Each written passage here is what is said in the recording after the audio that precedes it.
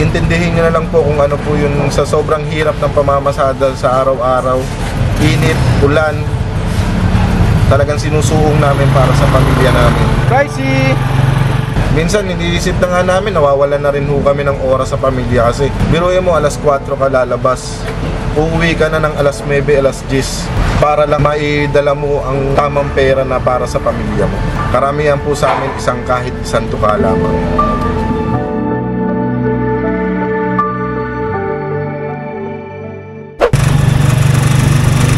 Tuguegarao City. Bakit kaya binansagang City of Capacity? Halina't kausapin natin ang isang tricycle driver para malaman kung ano ang nasa likod nito at para malaman din kung gaano kahirap ang laban nila habang nagpapasada. Ano ba yung buhay ng isang tricycle driver? Pag-gising ng umaga, mga alas 4 pa lang, gising ka na.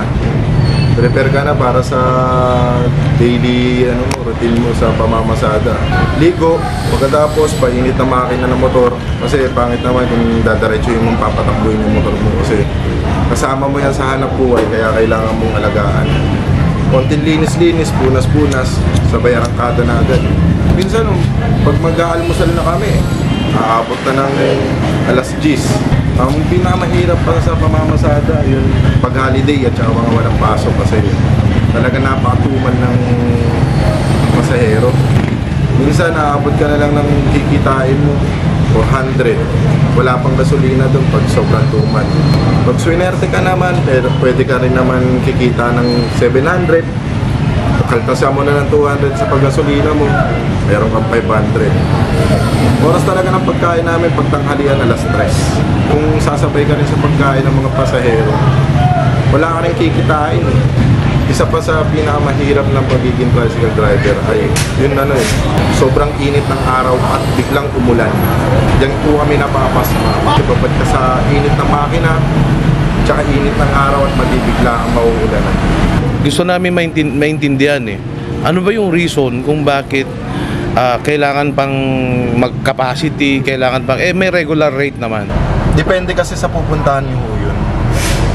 Minsan kasi pag yun may sakay po kami ng plaza, tapos biglang may papara po sa amin ng diversion, alangan kukunin pa po namin yun. Mag-iiba po kami ng way, mas haba po yung takbo namin, mas aksayado po sa gasolina. Marami naman po mga tricycle driver na hindi talaga nagka-capacity. Kahit sino po pinupulot nila yan. Yan po yung talaga mga legit na mababait na tricycle driver. Paano kung hindi magka-capacity kung maraming karga? Diyan po kami nagsasabi ng capacity at saka yung sa iba ang way nila. Hindi naman po lahat ng tricycle driver na nagsasabi ng capacity. Hindi naman porket pumara ka ng tricycle, capacity na agad. Depende po sa takbo ng pupuntahan nyo. Kaya huwag nyo pong isipin sa Tuguegarao. Pag pumunta po kayo sa Tuguegarao, bawat parang nyo ng tricycle ay capacity agad. Hindi po ganun. Meron po talaga nagsasabi ng mga ganyan, pero hindi po lahat. Kaya po, please lang po, lahat po ng mananakay po namin dito sa Tuguegarao o kaya saan dito sa Cagayan, huwag nyo naman pong bansagan ng aming city na City of Capacity. Meron din naman po kaming pamilya. Hindi naman po ganun kalakihan po ang kinikita namin sa pagiging tricycle driver. Karamihan po sa aming tricycle driver wala po talagang ipon. Nagbe-base lang po kami sa aming daily income na parang paano pakainin yung pamilya namin. Kaya yung iba po nagagawa lang po nila yung mga ganung salita o kaya yung mga sir, capacity po, ganyan-ganyan. Dahil po meron po silang hinahabol siguro. Meron din naman kaming pamilya. Hindi naman po kami namamasada para sa bisyo o para sa barkada. Una-una ho kung bakit po namamasada ang isang tricycle driver ay dahil po sa pamilya niya. Gusto niya pang kumita ng sapat para sa pamilya niya.